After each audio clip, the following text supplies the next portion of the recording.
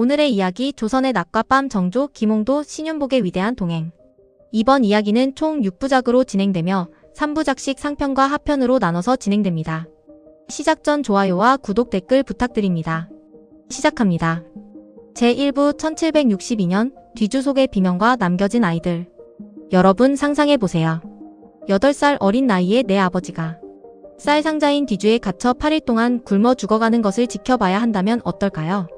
그 비명 소리가 대궐 가득 울려 퍼지는데 할아버지는 절대 상자를 열지 말라고 호통을 칩니다. 이것이 조선 역사상 가장 잔혹한 비극 1762년 이모화변입니다. 오늘 이야기는 이 피비린내 나는 현장에서 살아남은 한 소년 산 훗날 정조대왕이 될 아이의 눈물에서 시작됩니다. 그런데 말이죠. 이 비극의 순간에 정조의 운명을 함께 짊어질 두 소년이 또 있었다는 사실 알고 계셨나요?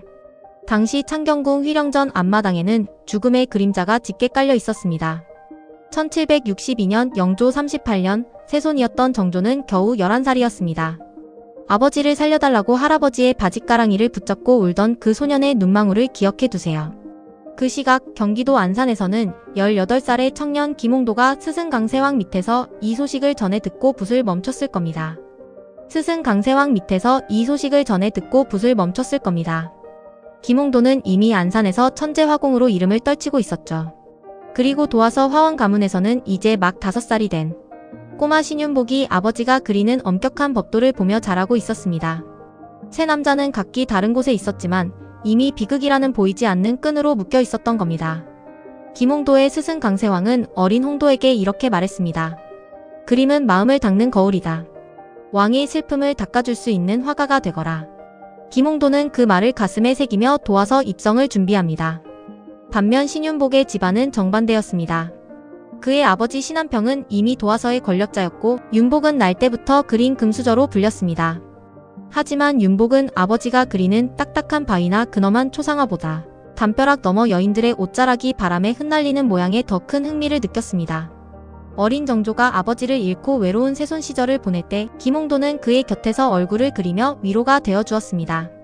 정조는 자신을 똑바로 쳐다보지 못하는 다른 신하들과 달리 자신의 슬픈 눈을 정직하게 화폭에 담는 김홍도에게 마음을 열기 시작했습니다.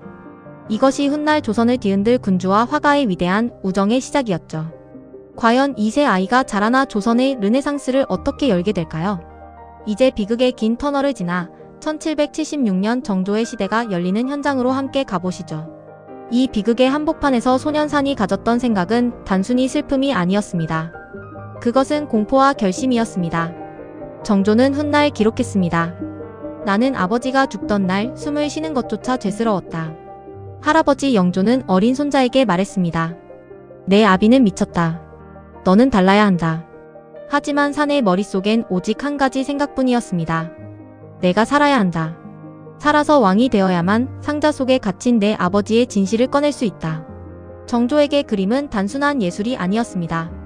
기록되지 못한 진실을 남길 수 있는 유일한 도구였죠. 그래서 그는 자신을 똑바로 쳐다보는 화공 김홍도의 눈에서 자신의 고독을 읽어준 유일한 친구를 발견한 것입니다. 제2부 1776년 과인은 사도세자의 아들이다와 스파이 김홍도. 1776년 3월 10일 조선의 공기가 단번에 바뀝니다. 영조대왕이 서거하고 드디어 새손산이 왕위에 오릅니다. 그가 왕좌에 앉아 신하들을 매섭게 노려보며 내뱉은 첫마디는 궁궐 전체를 얼어붙게 했습니다. 과인은 사도세자의 아들이다. 이 말은 아버지를 죽음으로 몰아넣었던 노론 세력들에게 던지는 선전포고이자 정조가 펼칠 개혁의 서막이었습니다. 정조는 즉위하자마자 자신의 눈과 귀가 되어줄 사람을 찾았습니다. 그가 가장 먼저 부른 이름은 역시 김홍도였습니다.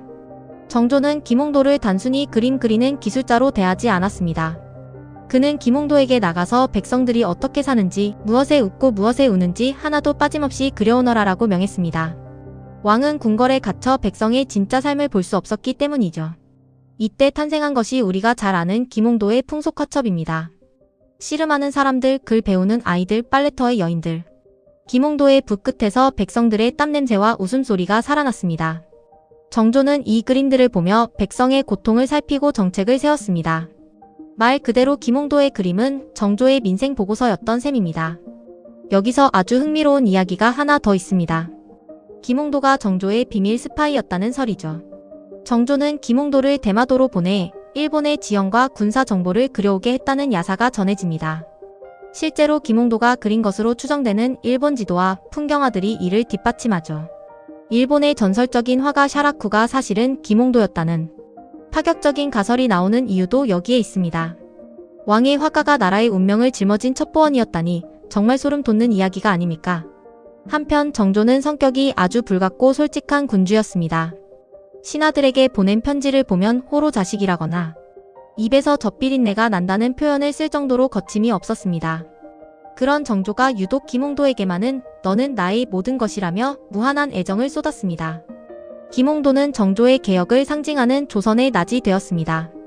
하지만 빛이 강하면 그림자도 깊은 법이죠. 김홍도가 왕의 사랑을 독차지하며 정석을 걸을 때 도화서 구석에서는 자신만의 어두운 불꽃을 키워가던 천재 신윤복이 무서운 속도로 성장하고 있었습니다. 정조가 왕위에 오른 뒤 김홍도를 곁에 둔 것은 단순히 그림이 좋아서가 아니었습니다. 정조는 고독한 군주였습니다. 궁궐 안에는 온통 아버지를 죽음으로 몰아넣은 적들 뿐이었죠. 그는 잠잘 때조차 옷을 벗지 못할 만큼 암살의 위협에 시달렸습니다. 그런 정조가 김홍도에게 풍속화를 그리게 한 진짜 속마음은 무엇이었을까요? 내가 나갈 수 없다면 너희 붓으로 백성의 얼굴을 내 침전으로 가져오너라. 정조는 김홍도가 그려온 씨름도의 백성들을 보며 이렇게 생각했을 겁니다. 저들이 바로 나의 군대이고 나의 힘이다. 신하들은 나를 속여도 저 그림 속 백성들의 웃음은 나를 속이지 않는다. 정조에게 김홍도는 단순한 화원이 아니라 성벽 너머 세상을 연결해주는 유일한 숨구멍이었습니다. 제3부 1791년 안경 하나에 무너진 가문과 신윤복의 반항. 1791년 정조 15년 평화롭던 도화서에 대지진이 일어납니다. 신윤복의 아버지이자 도화서의 거물이었던 신한평이 한순간에 유배지로 끌려가게 된 겁니다. 죄명은 황당하게도 안경 때문이었습니다. 당시 왕 앞에서 안경을 쓰는 것은 아주 큰 무례로 여겨졌습니다. 하지만 신한평은 노안 때문에 어쩔 수 없이 안경을 썼고 이것이 정조의 노여움을 샀던 것이죠. 실록에는 정조가 감히 내 앞에서 안경을 쓰다니 라며 불호령을 내렸다는 기록이 남아 있습니다. 어린 시절부터 아버지를 존경하며 도화서의 법도를 배워온 신윤복에게 이 사건은 거대한 트라우마가 되었습니다. 아버지는 왕의 얼굴을 그리기 위해 평생을 바쳤는데 돌아온 건 고작 안경 하나 때문에 받은 유배라니. 윤복은 이때부터 왕과 유교적 질서에 강한 의구심을 품기 시작합니다. 김홍도 선배처럼 왕의 눈이 되어 세상을 아름답게만 그리길 거부한 것이죠. 그는 붓을 꺾는 대신 아버지가 지키려던 법도를 비웃기로 결심합니다. 신윤복은 이제 한양의 가장 어두운 뒷골목으로 스며듭니다. 김홍도가 대낮의 장터와 씨름판을 그릴 때 신윤복은 밤의 기생집과 술 취한 양반들의 미래를 그리기 시작했습니다. 당시로서는 파격적인 붉은색과 푸른색 안료를 사용하여 그림의 생동감을 불어넣었습니다. 신윤복의 그림 속 기생들은 더 이상 천민이 아니라 화려한 패션의 아이콘이자 사랑의 주체로 묘사되었습니다. 이것은 당시 성리학 중심의 조선 사회를 향한 신윤복만의 우아한 반항이었습니다. 하지만 신윤복의 이런 행동은 도화서 내부에서 큰 비난을 샀습니다. 윤보가 네가 그린 그림은 나라의 풍속을 어지럽히는 음란물이다. 라는 손가락질을 받았죠. 그러나 신윤복은 당당했습니다. 왕이 금지한 것이라 해서 존재하지 않는 것은 아닙니다. 나는 조선의 진짜 밤을 기록할 뿐입니다. 정조와 김홍도가 화려한 낮의 조선을 건설할 때 신윤복은 아무도 기록하지 않던 밤의 조선을 발명하고 있었던 겁니다. 이제 이들의 갈등은 정조의 일생 최대 프로젝트 수원화성에서 폭발하게 됩니다. 정조는 왜 그토록 아꼈던 화원 신한평을 단칼에 유배 보냈을까요? 사실 정조는 완벽주의자였습니다. 그는 나라를 바로 세우기 위해 스스로에게도 신하들에게도 지독할 만큼 엄격했습니다. 하지만 그 이면에는 지독한 조바심이 있었습니다. 내게 남은 시간이 얼마 없다. 내가 죽으면 내 아버지는 다시 죄인이 될 것이고 조선은 다시 어둠에 잠길 것이다. 정조는 기강이 무너지는 것을 무엇보다 두려워했습니다. 신한평의 안경 사건은 정조에게 단순한 무례함이 아니라 국가 질서의 이완으로 보였던 것이죠. 하지만 신윤복이라는 천재가 이 사건으로 비뚤어지는 것을 보며 정조는 속으로 한숨을 쉬었을지 모릅니다.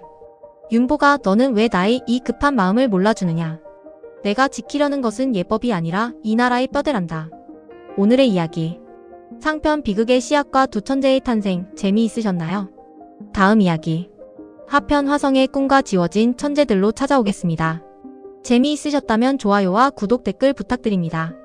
감사합니다.